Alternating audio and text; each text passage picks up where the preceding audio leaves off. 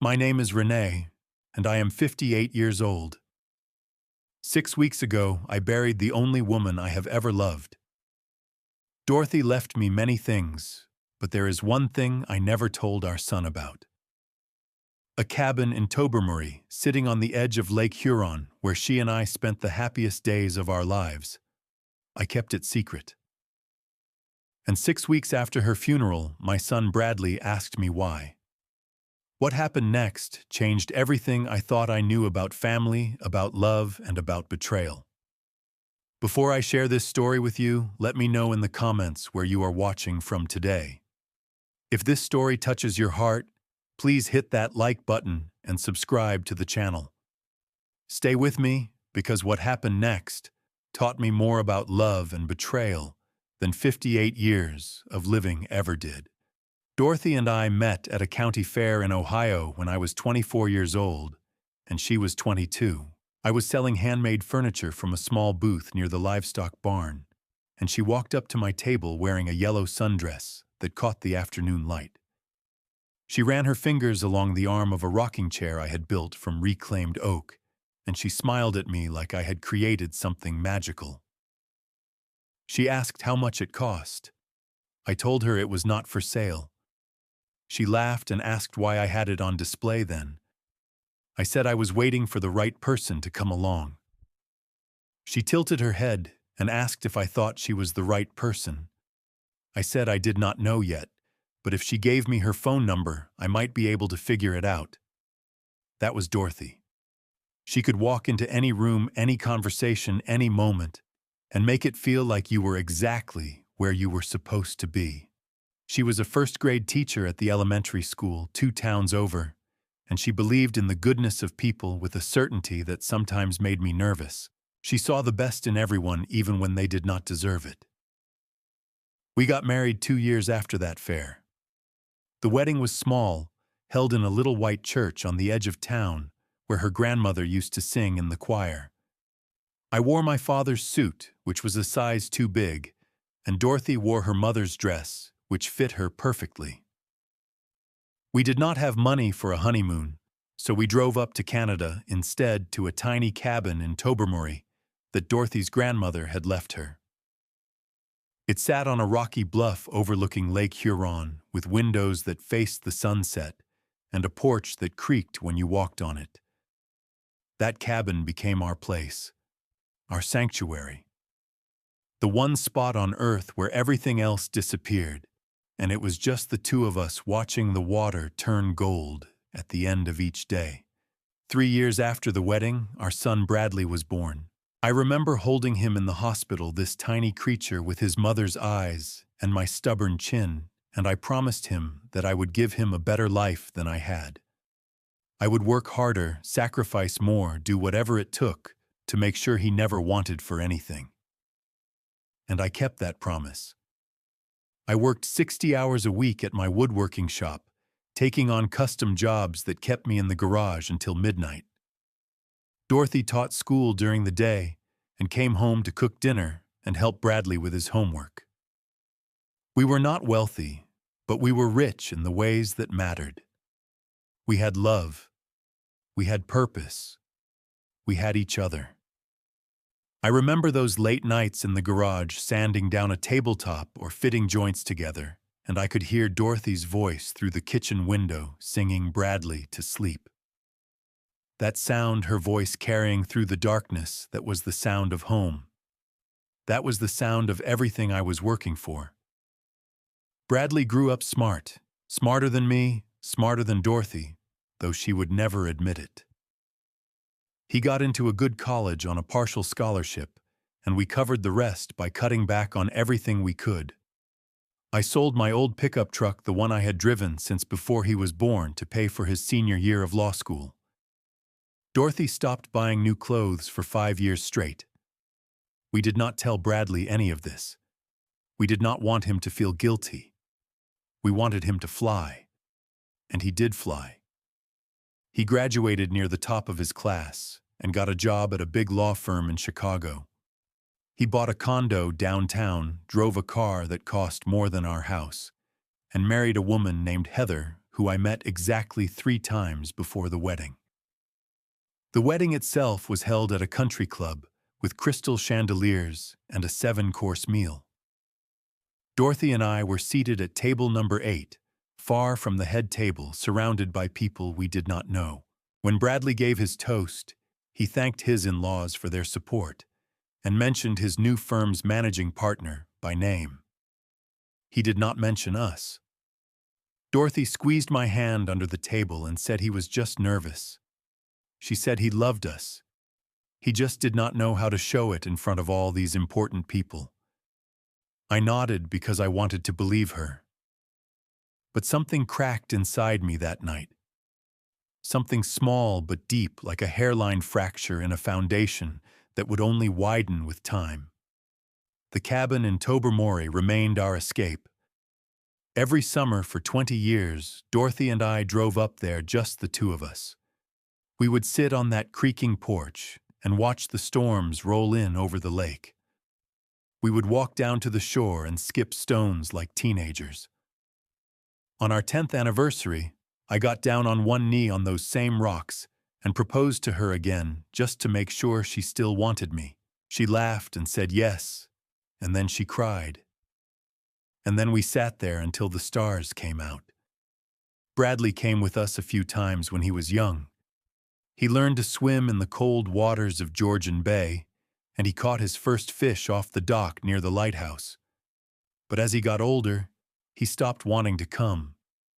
He had camps and sports and friends. Then he had college and internships and a career. The last time he visited that cabin, he was 19 years old. He stayed for 2 days and spent most of it on his phone. I watched my son become a stranger in slow motion. The phone calls grew shorter. The visits grew rarer. When he did come home, his eyes were always somewhere else, fixed on a screen or a thought about work. Dorothy kept making excuses for him. She said he was building something and builders had to focus. She said he would come back to us when he was ready. I wanted to believe her. I always wanted to believe her. But there is a difference between building something and forgetting where you came from. And as the years passed, I started to wonder if Bradley even remembered the sound of his mother's voice singing him to sleep, or the smell of sawdust in my workshop, or the way the sunset looked from that cabin porch in Tobermory. I wondered if any of it mattered to him anymore.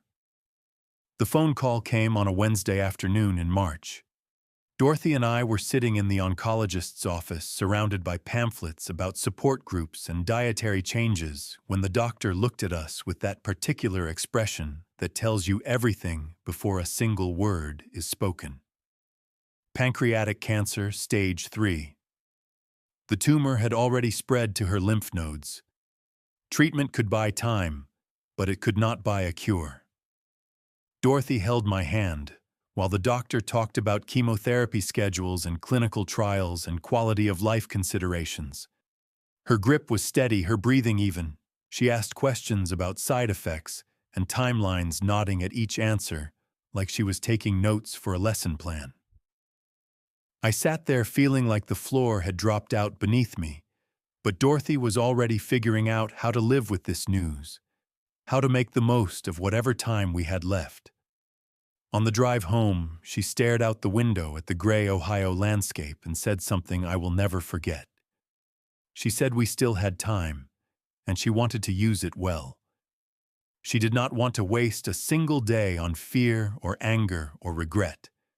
She wanted to fill whatever days remained with the things that mattered. I pulled the car over to the side of the road and cried. It was the first time I had cried in 30 years, and I could not stop. Dorothy unbuckled her seatbelt and leaned over and held me, rubbing my back like I was a child, whispering that it was going to be okay. She was the one dying, and she was comforting me. That was who she was. That was who she had always been. I retired from the woodworking business the following week, sold the shop to a young couple who promised to keep the name. I cleaned out the garage and converted it into a space where Dorothy could rest when the house felt too confining. I learned how to cook her favorite meals, how to manage her medications, how to help her to the bathroom when she was too weak to walk alone. I learned how to braid her hair in the mornings, and then later, when her hair started falling out from the chemo, I learned how to tie silk scarves around her head so she still felt beautiful. The first call to Bradley was the hardest phone call I ever made. My voice shook when I told him the diagnosis. He was silent for a long moment, and then he said that was terrible, and that he would try to visit when he could. I waited for him to say more, to ask how she was feeling, to ask how I was holding up, to say he was getting in the car right now. But he did not say any of those things. He just said he would try to visit when he could. A week passed, then 2, then a month. No visit, no phone call, just a text message that said work was crazy and to tell Mom he loved her. 7 words. His mother was dying and he sent 7 words. 4 months after the diagnosis, Bradley finally came home. He arrived on a Saturday afternoon in a rental car wearing a suit that probably cost more than all the furniture in our living room. Heather did not come with him. She had a spa appointment that had been booked for months and could not be rescheduled. Bradley sat with his mother for 20 minutes. I counted. 20 minutes in 4 months. He held her hand for part of it, but spent most of the time looking at his phone, scrolling through emails or messages or whatever was more important than the woman who had given him life. When he stood up to leave, Dorothy reached for him, and I saw something break behind her eyes. She had been so strong through all of this, but watching her own son treat her like an item on his to-do list nearly destroyed her. Before he left, Bradley pulled me aside in the hallway. He said we should talk about practical matters. He said it was better to be prepared. Then he asked about the will. I stood there staring at my son, this stranger in an expensive suit, and I could not form words. His mother was dying in the next room, and he wanted to talk about what he was going to inherit. I told him it was not the time. He nodded and said he understood, but the look in his eyes said he did not understand at all. He saw this as a business transaction. His mother's death was just a line item to be managed. That night, Dorothy cried in my arms. She said she thought she had raised him better than this. She said she did not know where they had gone wrong. I held her and told her she had done everything right, that Bradley's choices were his own, that she had been the best mother any child could ask for. But I saw the doubt in her eyes, the grief that had nothing to do with cancer. She was mourning her son before she was even gone herself. Over the following months, Bradley called exactly 3 times. Each conversation lasted less than 5 minutes. He asked how Mom was doing, I gave him an update, and he said to keep him informed. He never asked about me. He never asked how I was sleeping, or if I needed help, or if it was hard watching the woman I loved disappear piece by piece. I was invisible to him. I had always been invisible to him. Dorothy's last days were quiet. The hospice nurses came and went with soft footsteps and softer voices. I stayed by her side every moment I could, reading to her from her favorite books, playing her favorite music, reminding her of all the adventures we had shared. The cabin in Tobermory came up often. She would close her eyes and describe the view from the porch, the smell of pine and lake water, the sound of waves against the rocks. She said it was the only place where she had ever felt completely at peace. One evening, about a week before the end, she asked me to come close. Her voice was barely a whisper, but her eyes were clear. She told me about the cabin. She said she had left it to me in her will, only to me. She made me promise to use it to go there and find the peace she had always found. She said she knew I would need it after she was gone. Then she said something that stopped my heart. She said she had watched Bradley at the funeral of her own mother 2 years earlier, and she had seen how he looked at the house, at the furniture, at everything her mother had owned. She said he looked at it all like he was calculating values, tallying assets. She said she had hoped she was wrong, but the way he asked about the will that day in the hallway confirmed her fears. Our son saw his inheritance as a portfolio, not a legacy. She said the cabin was not for him. She said it was the most precious thing she owned, and she wanted it to stay with someone who understood what it meant. She wanted it to stay with me. I promised her I would protect it. I did not fully understand what I was promising, but I would. Dorothy passed away on a Tuesday morning, just as the sun was coming through the bedroom window. I was holding her hand when she took her last breath. There was no pain in her face, no struggle. She simply closed her eyes and was gone, leaving behind a silence so profound that I thought I might drown in it. I sat with her body for 2 hours before I called anyone. I was not ready to share her with the world. I was not ready to let strangers come and take her away. So I sat there holding her hand, memorizing the lines of her face, saying goodbye in the only way I knew how. When I finally called Bradley, it was almost noon. His phone went to voicemail twice before he picked up. When I told him his mother was gone, he paused and said he would be there tomorrow. He needed to rearrange some meetings first. Meetings. His mother had just died, and he needed to rearrange his meetings. I hung up without saying goodbye. I went back to the bedroom and sat with Dorothy a while longer. Then I called the hospice nurse and let the rest of the world in. The funeral was held at the same little church where we had been married 34 years earlier. Dorothy would have liked that. The pews were filled with people who had loved her former students, who had grown up and had children of their own neighbors, who brought casseroles and shared memories, friends from her book club and her gardening group. They all told stories about how Dorothy had touched their lives, how she had believed in them when no one else did. Bradley arrived with Heather the morning of the service. They were dressed immaculately, as if they were attending a gallery opening rather than a funeral. Heather spent most of the visitation on her phone, and Bradley spent most of it shaking hands with people he did not know, wearing a smile that never reached his eyes. When it was time for the eulogy, Bradley walked to the front of the church and read from a piece of paper. He spoke about what a wonderful mother Dorothy had been, what a kind and generous soul.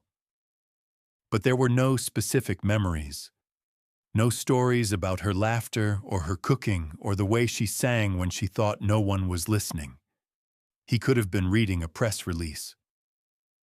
I sat in the front pew and listened to my son describe my wife like she was a character in someone else's story. I wanted to stand up and tell them all about the real Dorothy, about the way she hummed while she washed the dishes, about the letters she wrote me every anniversary, 23 of them in total, hidden in a shoebox in our closet. About the time she stayed up all night sewing Bradley's Halloween costume because he had changed his mind at the last minute and wanted to be a dragon instead of a pirate. But I stayed silent. It was not my moment.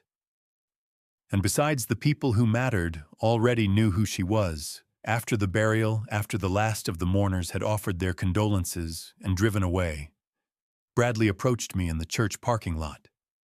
The sky was gray and threatening rain, and the wind carried the smell of freshly turned earth. He said we needed to talk about Mom's estate. He said he had been thinking about the cabin in Tobermory, and he thought it would make an excellent investment property. The market was hot up there, he said. They could list it and probably get $500,000, maybe more, if they timed it right. I looked at my son standing there in his $3,000 suit, his hands in his pockets, talking about selling the place where his mother and I had fallen in love, over and over again for more than 3 decades. I looked at him and I did not see the little boy who used to fall asleep in my arms. I did not see the teenager who once told me I was his hero. I saw a stranger who happened to share my blood. I told him his mother had not left anything about the cabin in her will. I told him we could talk about it later. It was a lie, and I did not care. The words came out before I could stop them, and once they were out, I did not want to take them back. Bradley narrowed his eyes. He did not believe me. But he also did not push. Not then. Not with other people still milling around, not with appearances to maintain. He gave me a brief, passionless hug and said he would call me soon. Then he and Heather got into their Mercedes and drove away. I stood in that parking lot and watched them go until the taillights disappeared around the corner. Then I went home to an empty house and sat in the dark until morning. The 6 weeks after Dorothy's funeral were the longest of my life. Time moved differently without her. Mornings stretched into eternities. Nights refused to end. I woke up every day and looked at the empty pillow beside me and had to remember all over again that she was gone. I moved through the house like a ghost, surrounded by reminders of the life we had built together. Her reading glasses were still on the nightstand. Her bathrobe still hung on the back of the bathroom door. Her garden gloves were still on the shelf by the back door, waiting for hands that would never return. I could not bring myself to move any of it. Moving her things would make it real. Moving her things would mean she was never coming back. Bradley did not call. Not once in 6 weeks. No check-in, no how are you doing. No, I was thinking about you. Silence. Complete and total silence from the only child I had given everything for. I stopped waiting for the phone to ring after the first 2 weeks. I stopped checking my messages after 3. By week 4, I had accepted that my son had no interest in my well-being. He would reach out when he wanted something. Until then, I did not exist. During those long, empty days, I found Dorothy's will again. I had seen it before, of course, when the lawyer had read it to me after the funeral. But I had been too numb to process most of it.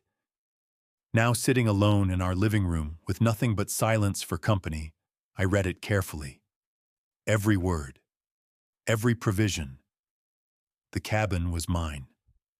Only mine. Dorothy had been very specific about that.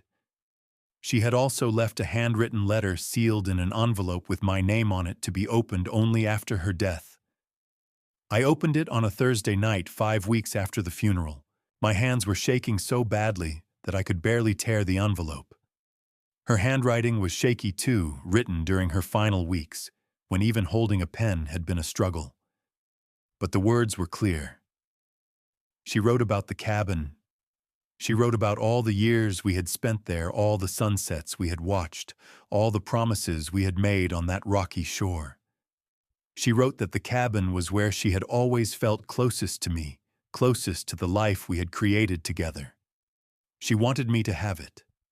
She wanted me to go there and find myself again after she was gone.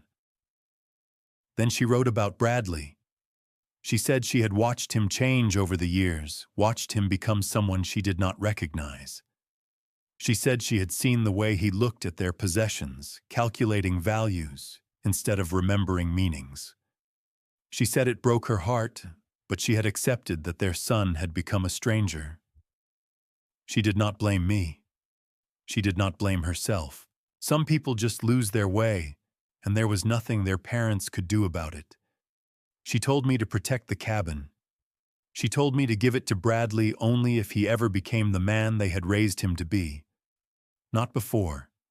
Not out of guilt or obligation or some misguided sense of fairness. Only if he earned it. I read that letter 7 times. Then I folded it carefully and put it back in the envelope. Then I sat in the dark and cried until I had nothing left. The next morning, I packed a small suitcase and drove 8 hours north to Tobermory. I did not tell anyone I was going. There was no one to tell. The cabin was exactly as I remembered it. small and weathered with peeling blue paint, and a porch that sagged slightly in the middle. The windows were dirty, and the yard was overgrown, and everything smelled faintly of dust and old wood. But when I stepped inside and saw the kitchen, where Dorothy used to make her famous blueberry pancakes, when I saw the living room where we used to dance to old records, after Bradley went to bed, when I saw our bedroom with the quilt her grandmother had made, I felt something shift inside me.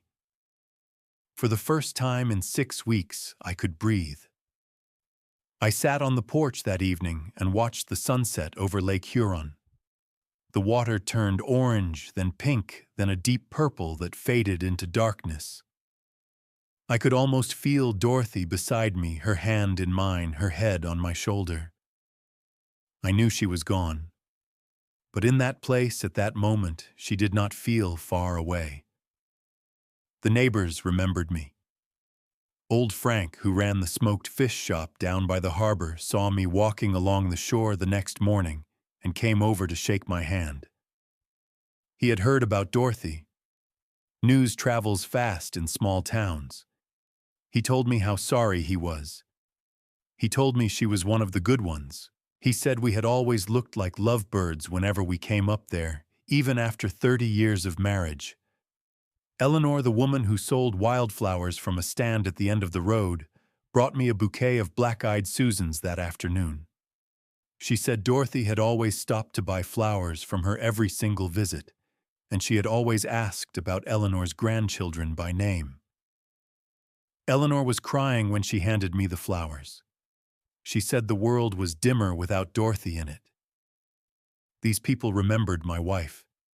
These strangers in a tiny Canadian town had more memories of her kindness than my own son had offered at her funeral. I stayed in Tobermory for a week that first trip. I walked the same paths Dorothy and I had walked together. I swam in the same cold water where we had taught Bradley to float. I sat on the same rocks where I had proposed to her twice, once at the beginning and once in the middle, because I never wanted her to forget how much I loved her. By the end of that week, I had made a decision. I would not tell Bradley about the cabin. I would not sell it. I would not let it become an investment property or a line item on some spreadsheet. I would keep it exactly as it was, a monument to a love that deserved to be remembered.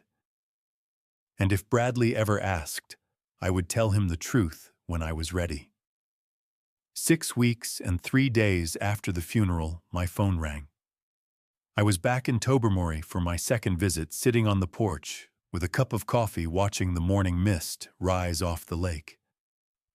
The caller ID showed Bradley's name. I stared at it for a long moment before answering. His voice was cold. No hello. No, how are you? He said we needed to talk about the cabin. I felt my stomach drop. I asked him what he meant. He said he had hired a lawyer to review Mom's estate documents. He said his lawyer had found record of the Tobermory property in the land registry. He said he knew the cabin existed, and he knew it had been left to me, and he wanted to know why I had lied to him at the funeral. I sat there on the porch, looking out at the water, and I thought about all the years I had worked to give this man a better life.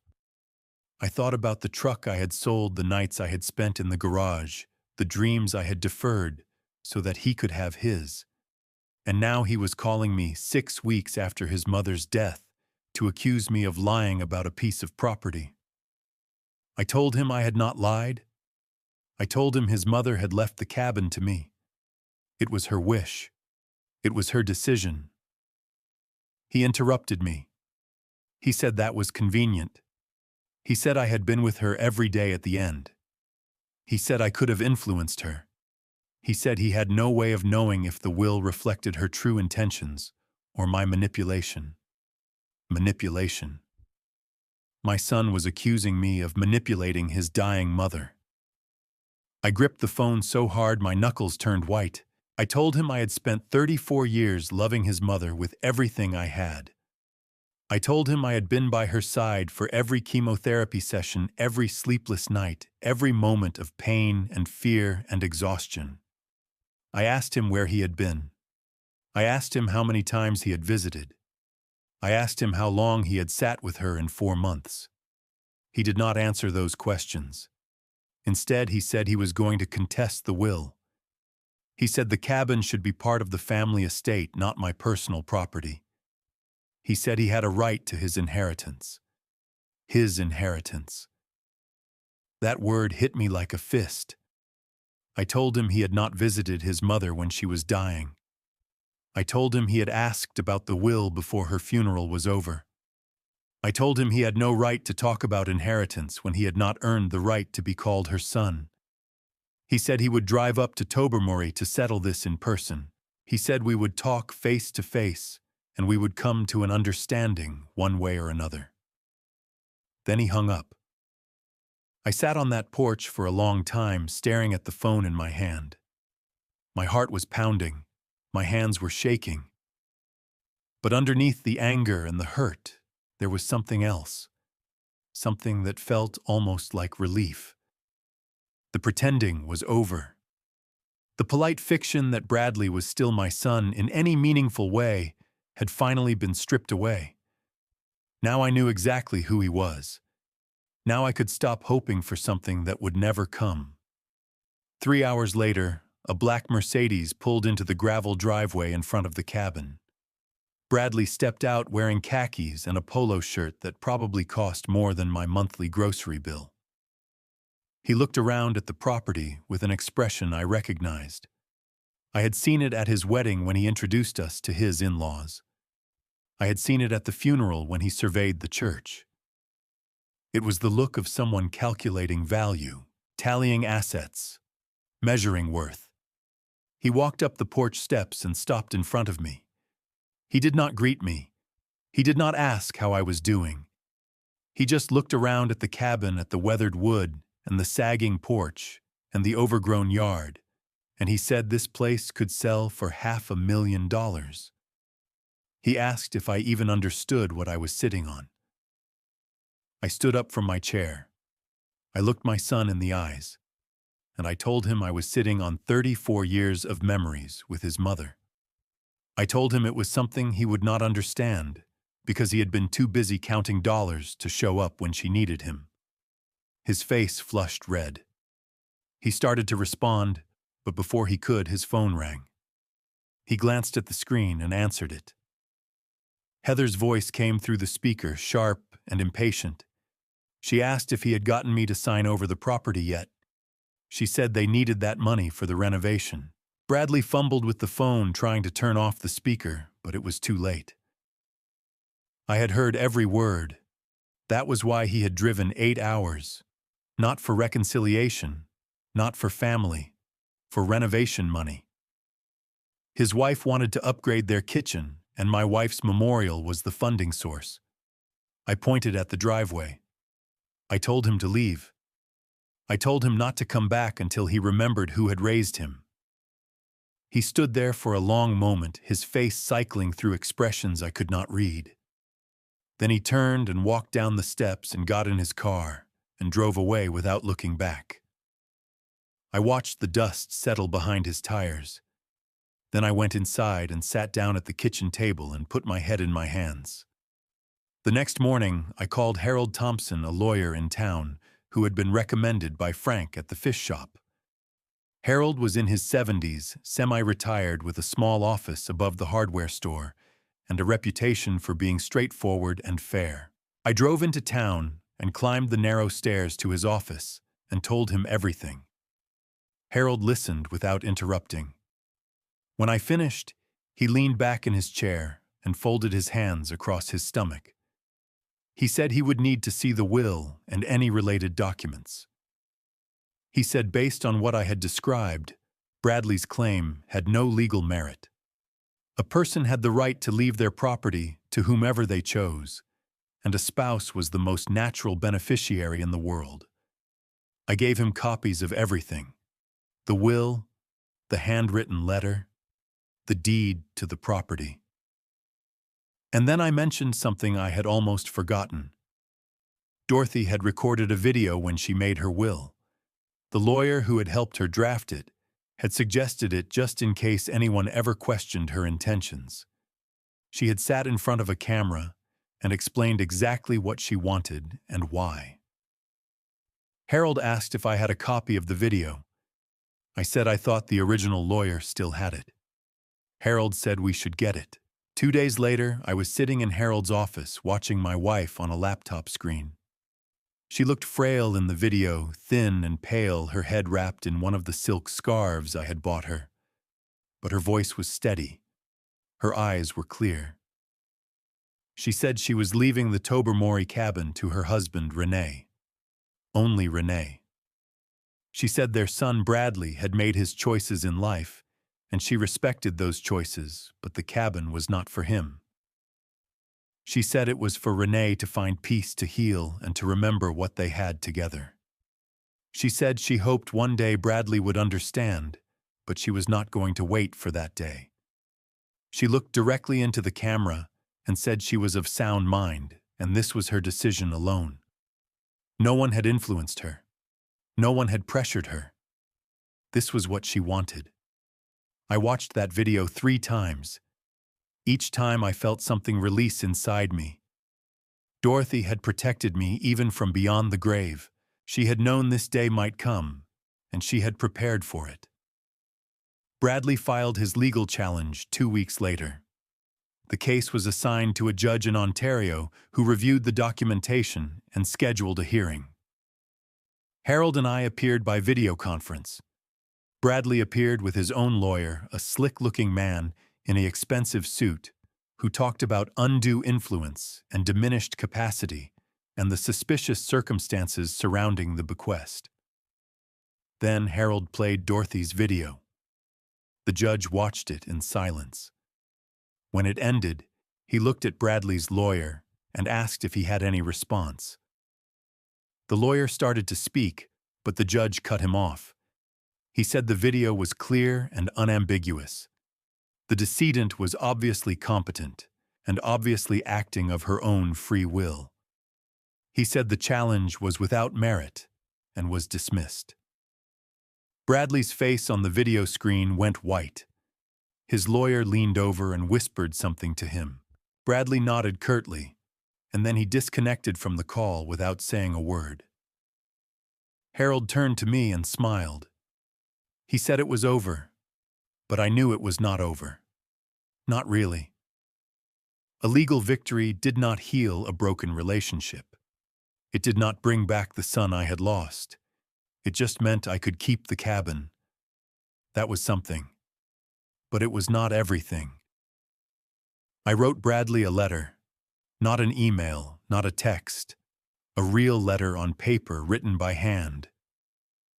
I sat at the kitchen table in the cabin where Dorothy and I had shared so many meals, and I wrote to my son. I told him his mother and I had given him everything we had. I told him we had not expected gratitude, but we had not expected to be treated like ATM machines either.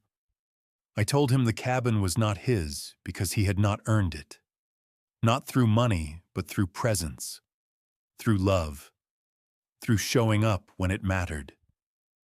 I told him I still loved him. I told him he was my son and nothing would ever change that. But I also told him I would not let him take what his mother wanted me to keep. I told him when he was ready to be a son again, not a lawyer looking for assets, I would be there. I mailed the letter and did not expect a response. Then I rolled up my sleeves and started working on the cabin. Over the following weeks, I repaired things that had been neglected for years. I replaced the rotted boards on the porch. I fixed the leak in the roof over the bedroom. I built new shelves in the living room to hold Dorothy's books, the ones I had brought from home, the novels and poetry collections she had loved so much. I sanded and refinished the kitchen table where we had eaten 1,000 breakfasts together. The work was good for me. It gave my hands something to do and my mind something to focus on besides grief. Every board I nailed, every coat of paint I applied, felt like an act of devotion. I was not just fixing a cabin. I was honoring a memory. Frank stopped by one afternoon with a cooler full of smoked whitefish. He said he had noticed I was doing work on the place and asked if I needed any help. I said I appreciated it, but this was something I needed to do myself. He nodded like he understood and left the fish on the porch. Eleanor brought me a pie later that week, apple with a lattice crust. She said Dorothy had once mentioned it was my favorite. I did not remember ever telling Dorothy that, but somehow she had known. She had always known. I started attending the community potlucks at the town hall on Friday nights. I joined a volunteer crew that repaired houses for elderly residents who could not afford contractors. I taught a free woodworking class for kids at the community center, showing them how to build birdhouses and cutting boards and simple boxes with dovetail joints. People in town started to know my name. They waved when I walked past. They asked how I was doing and actually waited for the answer. For the first time in months, I felt like I was part of something, like I belonged somewhere. I met a woman named Margaret at one of the potlucks. She was 61 years old, a retired nurse widowed 3 years earlier when her husband suffered a heart attack while fishing on the lake. She understood grief in a way that most people did not. We became friends. Not romance, not yet, maybe not ever, but friendship. Someone to have coffee with. Someone to talk to when the silence got too heavy. One evening, I sat on the rocks behind the cabin and watched the sun go down over Lake Huron. The sky was painted in shades of orange and purple, and the water was so still it looked like glass. I thought about Dorothy. I thought about all the times we had sat in this exact spot, her hand in mine, watching this same view. I spoke out loud, even though no one was there to hear.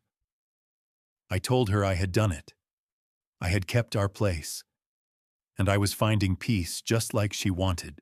A breeze came off the water, cool and gentle, and for just a moment I could have sworn I felt her beside me.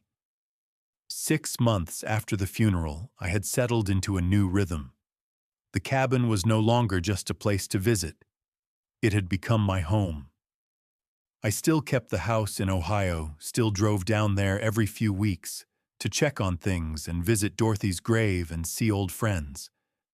But Tobermory was where I lived now.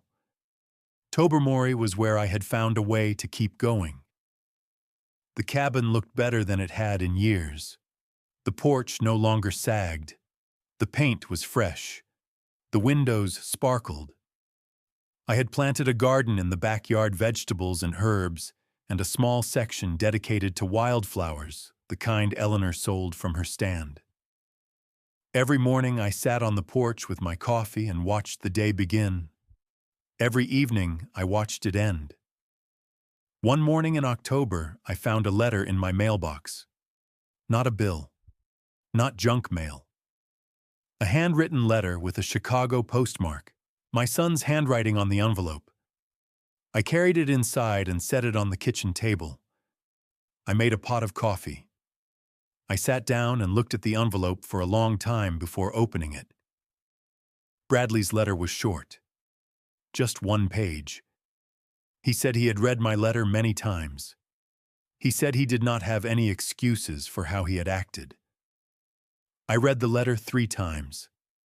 Then I read the letter 3 times. Then I folded it and put it back in the envelope and set it on the shelf next to Dorothy's books. I did not know what to do with it. I did not know if I was ready to forgive. Forgiveness was not something you could force. It had to grow on its own in its own time. Dorothy would have wanted me to give Bradley another chance. She had always believed in second chances. But Dorothy had also seen what he had become, and she had chosen to protect the cabin from him. She had trusted me to do what was right. Maybe forgiveness would come. Maybe it would not. Maybe Bradley would show up at my door someday as the man I had raised him, to be ready to apologize with actions instead of words. Or maybe he would stay in Chicago with his expensive suits and his renovation projects and his wife who saw people as funding sources. I could not control what he did. I could only control what I did. I started keeping a journal. Every night before bed, I wrote down my thoughts, memories of Dorothy, reflections on the day, observations about the world. The journal became a way of talking to her, even though she was gone. It became a way of processing the complicated feelings that still churned inside me. Grief and anger and love and loss all tangled together like fishing line. I wrote about Bradley, too, about the little boy who used to climb into my lap and ask me to tell him stories, about the teenager who worked alongside me in the garage learning to use a lathe proud of every piece he created, about the young man who had walked across that graduation stage his whole future ahead of him and how I had cried with pride. I wrote about where things had gone wrong, about the distance that had grown between us so slowly that I had not noticed until it was too late, about the moment at the funeral when he asked about the will, and I realized I did not know my own son anymore. And I wrote about what I had learned, about the difference between loving someone and letting them hurt you, about the courage it takes to say enough, about the strange peace that comes when you finally stop hoping for something that was never going to happen. Dorothy had taught me that, in her letter, in her video, in the way she had arranged everything so carefully. She had shown me that protecting yourself was not the same as giving up on someone. You could love a person and still refuse to be destroyed by them. You could keep the door open without letting them burn down the house. One afternoon, in late October, I received a text message from Bradley. It was brief. He asked if he could visit me. Not about the cabin, he said. Just to see me. I looked at that message for a long time. I thought about Dorothy. I thought about the letter on the shelf. I thought about all the years that had led to this moment, all the love and all the pain. Then I typed a response. I told him to give me some time. I told him I would let him know when I was ready. I did not know when that would be. Maybe weeks. Maybe months. Maybe never.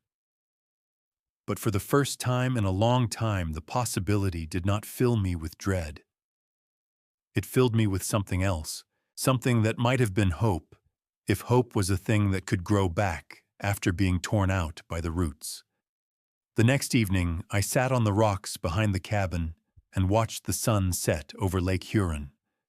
The sky was a riot of color, red and gold and deep violet, and the water reflected it all like a mirror. I held my coffee cup in both hands and felt the warmth seeping into my palms. I thought about everything I had lost. My wife.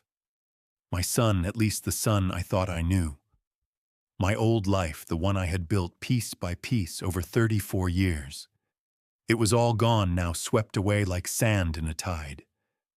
But I also thought about what I had found. This place. These people.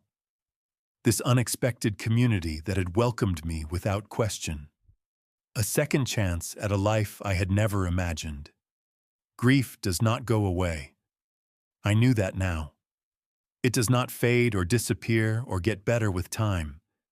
It just learns to live inside you quietly like a second heartbeat. You carry it with you wherever you go, and some days it is heavier than others. But you keep walking. You keep breathing. You keep finding reasons to watch the sunset. Sometimes protecting what you love means letting go of what you hoped for. My son may come back to me one day, not as someone who wants something, but as someone who remembers where he came from. Until then, I will be here in the place where Dorothy and I were happiest. And that is enough. That is more than enough. I finished my coffee and stood up from the rocks. The first stars were appearing in the darkening sky. I walked back to the cabin, opened the door, and stepped inside. Dorothy's books were on the shelf. Her quilt was on the bed. Her memory was in every corner of every room. I was not alone. I never would be. As long as I had this place, as long as I had these memories, she would be with me. And maybe someday my son would find his way back too. Not for the cabin, not for an inheritance, but for the only thing that ever really mattered: family. Now I want to ask you something. Have you ever had to protect something precious from someone you love? Have you ever had to choose between keeping the peace and keeping your dignity? I would love to hear your stories in the comments below.